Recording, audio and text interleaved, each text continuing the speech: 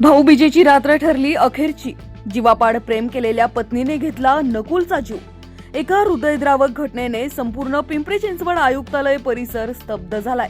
सामाजिक कार्यकर्ते नकुल आनंदा भोईर वय वर्ष 40 यांचा त्यांची पत्नी चैताली भोईर हिनेच गळा दाबून खून केला. विशेष म्हणजे ही घटना भाऊबीजेच्या रात्रीच घडली. नकुल आणि चैताली यांचा विवाह प्रेमविवाह होता.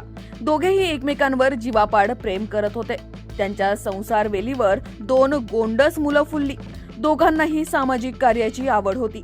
नकुलने पत्नीला प्रोत्साहन देत आगामी पालिका निवडणुकीत तिच्या उमेदवारीसाठी काही दिवसांपूर्वी मोठा आणि भव्य कार्यक्रमही आयोजित केला होता. मात्र मागील काही दिवसांपासून त्यांच्या नात्यात दुरावा निर्माण झाला होता. चैतालीच्या वागणुकीवरून नकुलला संशय येत होता. या संशयावरून त्यांच्यात वारंवार वाद होत होते. नकुल मात्र संसार म्हटला की भांड्याला भांडे लागतेच या उक्तीप्रमाणे हे वाद मनावर घेत नव्हता. भाऊबीजेच्या सणाच्या मुहूर्तावर दोघांनी एकत्र सण साजरा केला. रात्री जेवणही केलं. मुले शेजारच्या खोलीत झोपली होती. पण रात्री अंदाजे 2 ते 2:30च्या दरम्यान चैतालीने झोपेत असलेल्या नकुलचा गळा कपड्याने आवळला. नकुल गाढ झोपेत असल्याने तो काहीच प्रतिकार करू शकला नाही.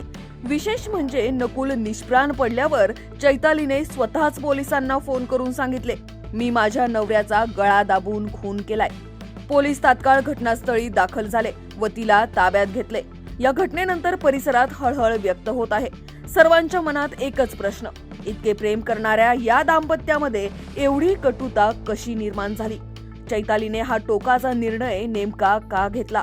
तिच्या मनात एवढा राग कशामुळे निर्माण झाला आणि नकुलच्या मनात संशयाचं भूत कशामुळे घुसलं?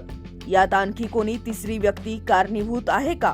या सर्व पैलूंचा चिंचवड पोलीस तपास करत आहेत. समाजात लोकप्रिय असलेल्या नकुल भोईर यांच्या अकाली मृत्यूने सर्वत्र शोककळा पसरली आहे. या घटनेने पुन्हा एकदा प्रश्न उभा राहतो, नात्यात मतभेद झाले म्हणजे त्याचा शेवट जीव देणे किंवा घेणे यातच का व्हावा? या प्रश्नाचे उत्तर मात्र अजूनही अनुत्तरित आहे.